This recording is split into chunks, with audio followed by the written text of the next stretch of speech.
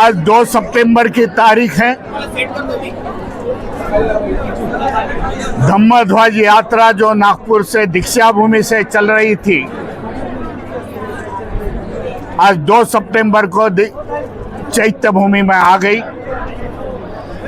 और हमारा प्रयास था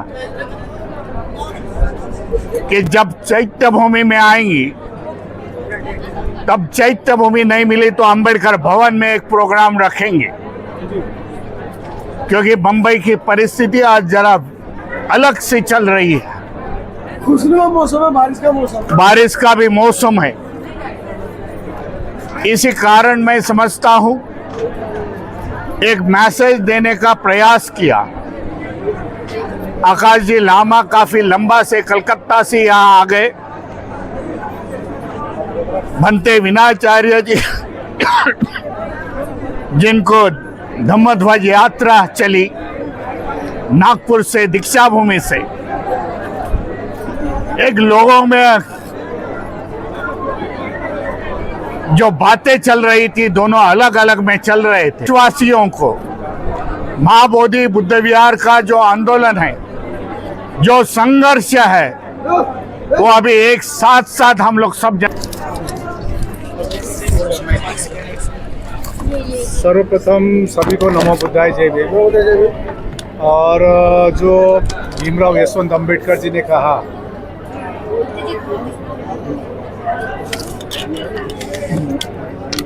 देखिए मैं आपका एक प्रश्न का उत्तर में दे रहा हूँ जो भीमराव अंबेडकर जी को आपने पूछा।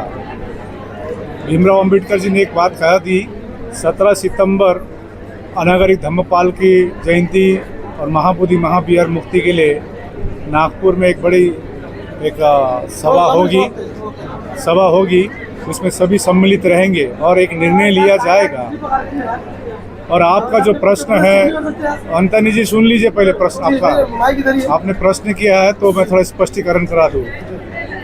सरकार लोगों को कंफ्यूज करते हैं। देखिए आपको 30 जून में एक पेपर में, पूरा पेपर जितना मेन चैनल पेपर सब में एक आया था कि महाबोधि महाविहार का याचिका सुप्रीम कोर्ट ने खारिज कर दिया है। लेकिन वो भ्रांति था, क्योंकि एक रिट पिटीशन सुलेखा ताई ने डाला था, उसको किया था, जो मेन पिटिशनर का नहीं किया था। हम लोग ने इंटरवेन एप्लीकेशन डाले थे, तो भूल भ्रांति है। और दूसरा आप जो बता रहे 25 मेंबर का कमेटी, ये कमेटी नहीं है, ये एडवाइजरी बॉडी है। ये एडवाइजरी बॉडी 95 में बनाया गया था। मैं बता रहा हूँ एडवाइजरी बॉडी क्या होता है, जितने भी बुद्धिस्ट कंट्रीज है इसका मेंबर लिया जाता है। इसका मीटिंग होती है बुद्ध गया में साल में 2 साल में एक बार। अभी तक मीटिंग नहीं हुई एडवाइजरी कमेटी का। मेरा पुराना एक बर्मा का एक भिक्खू से बात हुआ, पहले उन्होंने एडवाइस दिया था 95 में कि उस कमेटी को कि कम से कम 2 किलोमीटर में शांति हो। आप देख रहे हैं कहाँ 2 किलोमीटर, 100 मीटर में भी शांति नहीं है बोध गया में। टोटो हॉर्न इतना बाजा बजता है वहाँ पर, वो एडवाइस लेते नहीं है। अभी लोगों को ध्यान को भड़काने के लिए अभी ये 25 का मेंबर का कमेटी बोल रहे हैं आप। कमेटी ने एडवाइजरी बॉडी है। और मैं आपको बता दूं 2015 के बाद कौन सरकार आया आपको मालूम है, एक भी मीटिंग नहीं हुआ एडवाइजरी बॉडी का। और ये जो आंदोलन जो चल रही है लास्ट 3 सालों से, अभी लास्ट ईयर एडवाइजरी कमेटी का मीटिंग किया गया। और ये कमेटी भी मीटिंग भी गर्म महीने में रखता है, जो कि सब ना आ पाए, इस प्रकार का है। और अभी लोगों का ध्यान भड़काने के लिए सिक्किम, क्योंकि देखिए पहले का आंदोलन में हिमालयन बुद्धिस्ट का इन्वॉल्वमेंट नहीं था, भंते सुरेश देसाई का। लेकिन इस बार का इन्वॉल्वमेंट आप देखेंगे, हिमाचल प्रदेश में देखा होगा आपने, लद्दाख में देखा होगा, सिक्किम में देखा होगा, पूर्व राज्य में देखा होगा। सिक्किम और लद्दाख का मेंबर को लिया गया है उस कमेटी में, 25 मेंबर में। जो नहीं पूछा गया इस बात का दरकार? देखिए हम तो पूछने का दरकार नहीं है। देखिए हम तो यही चाहते हैं, जिस दिन बीटी एक्ट 1949 निरस्त हो जाएगा, आकाश लामा गायब हो जाएगा। हमारा तो एक ही लक्ष्य है, बीटी एक्ट 1949 को निरस्त करना है। सर मेरे को मेंबर बनना है ऐसा कुछ मेरे को नहीं है। तो लॉलीपॉप दिया गया था 23 जून में, 23 अप्रैल में मैं जब दिल्ली गया था, हमको लॉलीपॉप दिया गया था, तो हमने कहा था वो लॉलीपॉप मैं नहीं खाऊंगा, पहले बीटी एक्ट 1949 को निरस्त करो। ही कहा था। धन्यवाद। मेरा तरह जी, आप लॉलीपॉप खाना चाह रहे हैं क्या? पॉलिटिकल मंशा है क्या आपकी? पूरे देश में हंगामा कर रखा है आपने, शांति व्यवस्था सब खराब कर दी है, हिंदू बौद्धों में लड़ाई करवा दिया आपने, माँ बोधी महावीर बदनाम कर दिया आपने। ऐसे ऐसे लांछन लग रहे, मैं नहीं लगा रहा, आपके प्रतिद्वंदी लगा रहे, मीडिया नहीं लगा रही। अपने हक्काधिकार के लिए करना पड़ेगा। पहला सवाल ये है कि एक भिक्षु के जीवन की सबसे बड़ी जो प्रतिष्ठा है वो भिक्षु संघ है। और मैं ये कहता हूँ कि भिक्षु संघ में या भिक्षु के दायित्व से या पद से बड़ा दुनिया में कोई पद नहीं है। समझ गए? भिक्षु संघ और भिक्षु दायित्व से बड़ा भिक्षु के जीवन में दूसरा पद नहीं है। इतनी बड़ी बात आपने बोल दी। वैसे ही बौद्ध भिक्षु नहीं बन रहे हमारे समाज में, आपके चलते छोटे छोटे बौद्ध भिक्षुओं का चीवर उतर गया। सुनो, क्या बात कर रहे हैं आप? भिक्षु के जीवन में भिक्षु संघ और भिक्षु दायित्व से बड़ा जीवन में कोई पद नहीं है।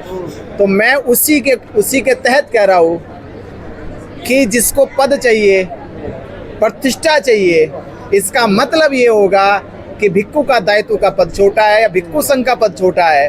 तो मैं तो ये मानता हूँ कि बुद्ध ने जो संघ दिया है उससे बड़ा कोई पद नहीं है। भिक्षु ने जो चीवर लिया है उससे बड़ी प्रतिष्ठा कोई नहीं है। बताइए, समाज ही जानना चाह रहा, गुरु ने आपको माफ किया नहीं किया?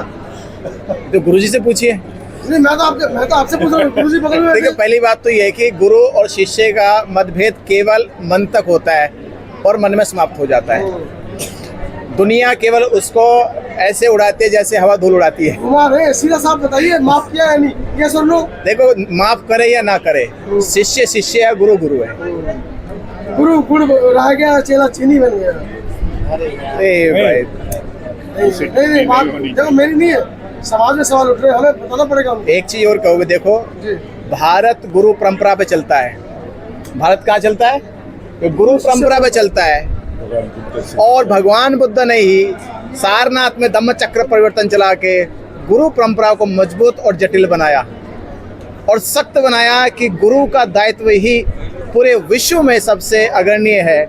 माँ बाप के बाद कहते हैं कि माँ बाप केवल जन्म दे सकते हैं पर जीवनचर्या नहीं देते। जीवन की सीख, जीवन के सील, जीवन के आचरण वो सब गुरु से मिलते हैं। और यही जरूरत है कि बुद्ध को विश्व का गुरु कहा गया, किसी को गुरु नहीं कहा गया। आज भी विश्व को कोई गुरु है तो कौन है? वो बुद्धि गुरु है। तो हम सब के पूरे भिक्षु संघ के पूरे समस्त समाज के विश्व के गुरु तथागत बुद्ध है। आगामी रणनीति क्या है? जैसे कि आप लोग एक हो गए, आगामी रणनीति मीडिया या किसी की भ्रांति की वजह से कुछ ऐसे सवाल उठे और पूरे देश में ये प्रचारित किया गया कि फाड़ हो गई है, दो फाड़ हो गई है। अरे ये बेवकूफ़ी वाली बात है। देखो, नदी के किनारे कभी कभी इसलिए अलग हो जाते कि बीच में चट्टान आ जाती है, 1949 पर आगे चल के फिर वो एक हो जाते हैं। पर यही कहूँगा, आंदोलन की गति वैसे ही है जैसे पानी की, वो एक दिन मिलेंगे जाके और मिलके समुद्र बन जाएंगे। तो आज लगता है अब ये आंदोलन समुद्र की ओर बढ़ गया है। पंडित जी, आखिरी सवाल है, गुरु माँ बाप से बढ़ के होते हैं। आपके जेल जाने के बाद आपके गुरु जेल में मिलने आए थे आपसे? देखिए, जेल में मिलना वकील का काम है, वहाँ के लोगों का काम है।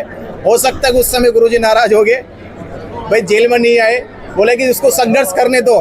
कभी कभी होता नहीं, मैं कहानी सुनाता हूँ कि बाप बच्चे को इसलिए दूर भेजता है, इसलिए नहीं कि उससे नफरत करता है, इसलिए भी दूर कर देता है कि उसमें संघर्ष करने की कला पैदा हो जाए। पंडित जी, गुरु विपरीत परिस्थिति में खड़े होते हैं, लेकिन आपके गुरु जी ने विपरीत परिस्थिति में आपका चीवर उतारने की बात कही थी, क्या कहना चाहेंगे? देखिए, मैं जेल में था, मैंने सुना नहीं था। हमने सुना अब अगर वो कही तो मैं दे दूंगा। सत्य में जाकर